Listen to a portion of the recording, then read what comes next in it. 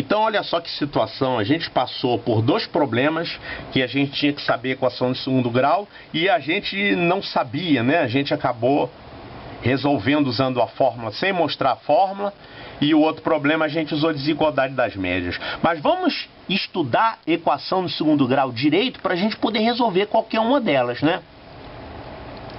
A equação de segundo grau, ela tem essa fórmula geral: ax2 mais bx mais c igual a zero. Esse tipo de equação é classificado como equação completa. Ela é completa porque tem o termo em x ao quadrado, tem o termo em x e tem o termo independente, tem todos os três. Agora você pode ter equações que tem um termo desse faltando e elas são mais fáceis de resolver. Vamos resolver essa aqui, por exemplo. Ó, isso aqui é uma equação de segundo grau? É, porque tem o termo x ao quadrado e tem o termo independente, ou seja, tem o a e tem o c. Só não tem o B, né? Não tem o termo de primeiro grau. Se a gente fosse resolver isso aqui podia ser dado para uma pessoa que acabou de aprender expressões algébricas. Não tem que saber fórmula nenhuma para resolver isso. Como é que eu resolveria isso aqui direto, sem usar fórmula?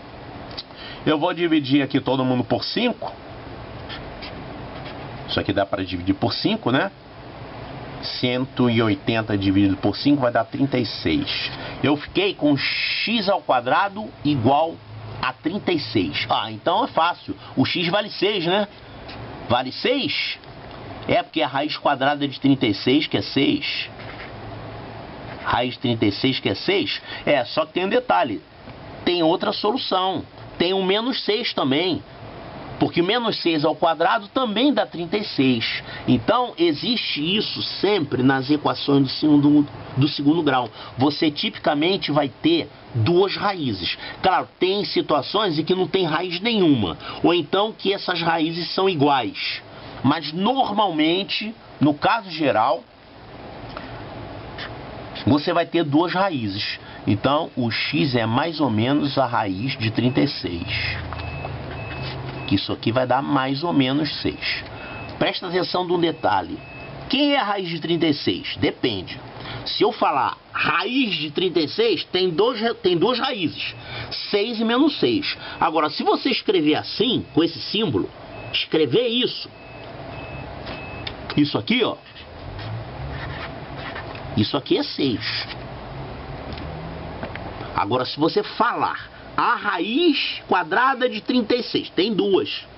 Tem o 6 e tem o menos 6. Depende se você fala isso por extenso ou depende se você usa esse símbolo aqui, tá? Esse símbolo aqui indica apenas a raiz positiva. Agora, quando você vai resolver uma equação de segundo grau, não é só a raiz positiva, tem as duas raízes, tem o mais e o menos. Por isso que tipicamente na resolução de equação de segundo grau vai pintar lá um mais ou menos antes da raiz. Muito bem, então uma equação fácil de resolver, que é uma equação incompleta. Essa daqui também é uma equação tão fácil quanto essa, só que os números não são tão bonitos. Como é que a gente resolveria isso aqui? Eu vou passar o 37 para lá para poder depois extrair a raiz. 3x2 é igual a 37. Aqui eu dividi todo mundo por 5, porque aqui era múltiplo de 5, múltiplo de 5. Aqui não dá. Mas não tem importância, você passa o 3 para lá dividindo do mesmo jeito. x2 é 37 sobre 3. Só não dá para dividir, você vai deixar indicado como fração. E aí, quem é o x? O x vai ser a raiz quadrada disso, só que você bota um mais ou menos na frente, porque tem a raiz positiva e a raiz negativa. Mais ou menos raiz quadrada de 37 terços. Aí você tem que saber fazer isso, né?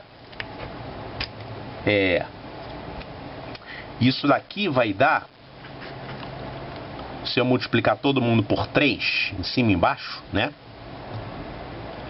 Você vai ficar com 37 vezes 3, que dá 111. E aqui vai ficar 3 vezes 3, 9. Aí você vai poder tirar a raiz do 9. Então isso aqui vai ser raiz de 111 sobre a raiz de 9, que é 3. Um número feio, né? Vão ficar mais feios ainda quando a gente entrar no capítulo 14, que é sobre cálculo de radicais. Mas dá pra gente estudar a equação do segundo grau sem conhecer cálculo de radicais. Isso aqui nada mais é do que propriedades das potências. No caso, a potência, isso aqui está elevado ao meio, que é uma potência fracionária.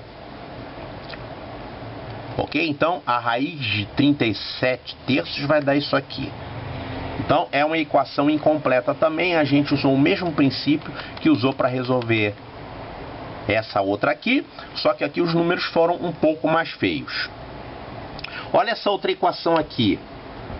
É uma outra equação incompleta. Vamos usar o mesmo princípio que a gente usou para resolver essa e essa. Eu vou jogar o 28 para lá. Eu fiquei com x ao quadrado igual a menos 28. O x vai ser mais ou menos a raiz quadrada de menos 28. E eu pergunto, existe raiz quadrada de número negativo? Não existe. Não existe solução. Uma equação de segundo grau, ela pode recair em três situações. Pode ter duas soluções, ou uma solução, que na verdade são duas soluções iguais, raiz dupla, né, que chama, ou então nenhuma solução. Isso daqui é um caso em que você não tem nenhuma solução. Claro, você tem aqui um x ao quadrado. O x ao quadrado é sempre positivo ou zero. Na pior das hipóteses vai ser zero. Como você vai pegar um cara que é sempre positivo ou zero, vai somar 28 e ainda ficar com o resultado zero? Não tem como fazer isso. Ok? Então, essa é uma situação comum nas equações do segundo grau. Você pode ter uma solução inexistente, não tem solução nenhuma. Na verdade, existe solução se você estiver trabalhando no conjunto dos números complexos, porém, isso é matéria do ensino médio. No momento aqui, a gente vai apenas falar que não tem solução no conjunto dos reais. Só isso. Você não precisa achar as raízes complexas. Mas lá no ensino médio você vai ter que fazer isso. Vamos ver aqui mais umas equações do segundo grau incompletas, ó. Incompleta, incompleta, incompleta. Por que elas são incompletas? Elas não têm o termo independente. O termo que não tem x, né? Ela só tem o termo de segundo grau e o termo de primeiro grau. Então elas são incompletas também. E como é que a gente resolve isso aqui? Eu não posso usar o mesmo princípio que eu usei para resolver aquelas outras lá. Aqui a gente vai levar em conta o seguinte princípio.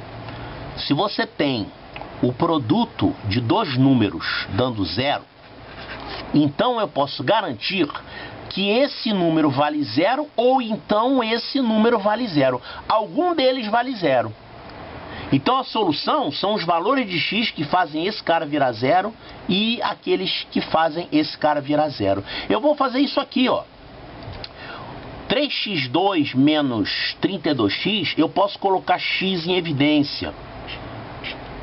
Colocando x em evidência, isso aqui vai ficar 3x menos 32 igual a zero. Então eu tenho aqui dois números, o x e o 3x menos 32. O produto deles está dando zero. Então as soluções são aqueles que fazem esse cara virar zero, ou seja, x igual a zero e... Quer dizer, as soluções são essa e essa, mas se você fala, quais são os valores de x? Quais são as possibilidades para isso dar zero? Ó, ou isso é zero, ou isso é zero. Pode as duas coisas serem zero ao mesmo tempo? Claro que não. Se esse cara for zero, isso aqui vai dar menos 32. Se esse cara aqui for zero, esse aqui vai dar outra coisa. Ou seja, quem são os caras que fazem esse segundo fator aqui virar zero? Você vai fazer essa continha aqui, ó. 3x menos 32 igual a zero. Passo 32 para lá. Virou uma equação do primeiro grau, né? 3x é igual a 32. X é igual a 32 terços. Então, x é igual a 32 terços.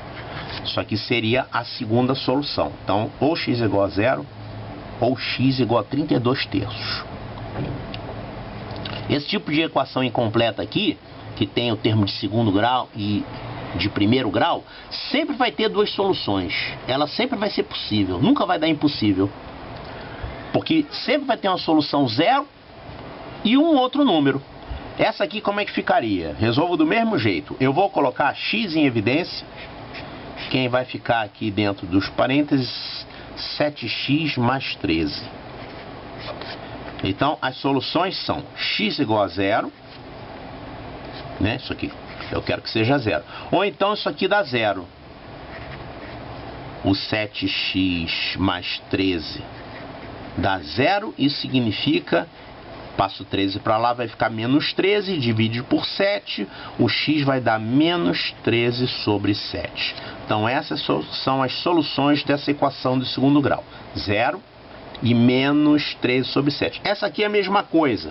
Olha lá, colocando x em evidência, nessa expressão, quem é que vai ficar dentro de parênteses? 4x mais 1.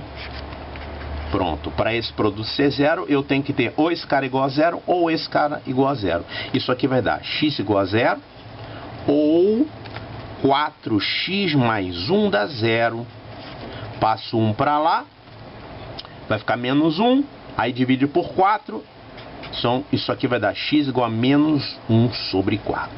Essas são as duas soluções dessa equação.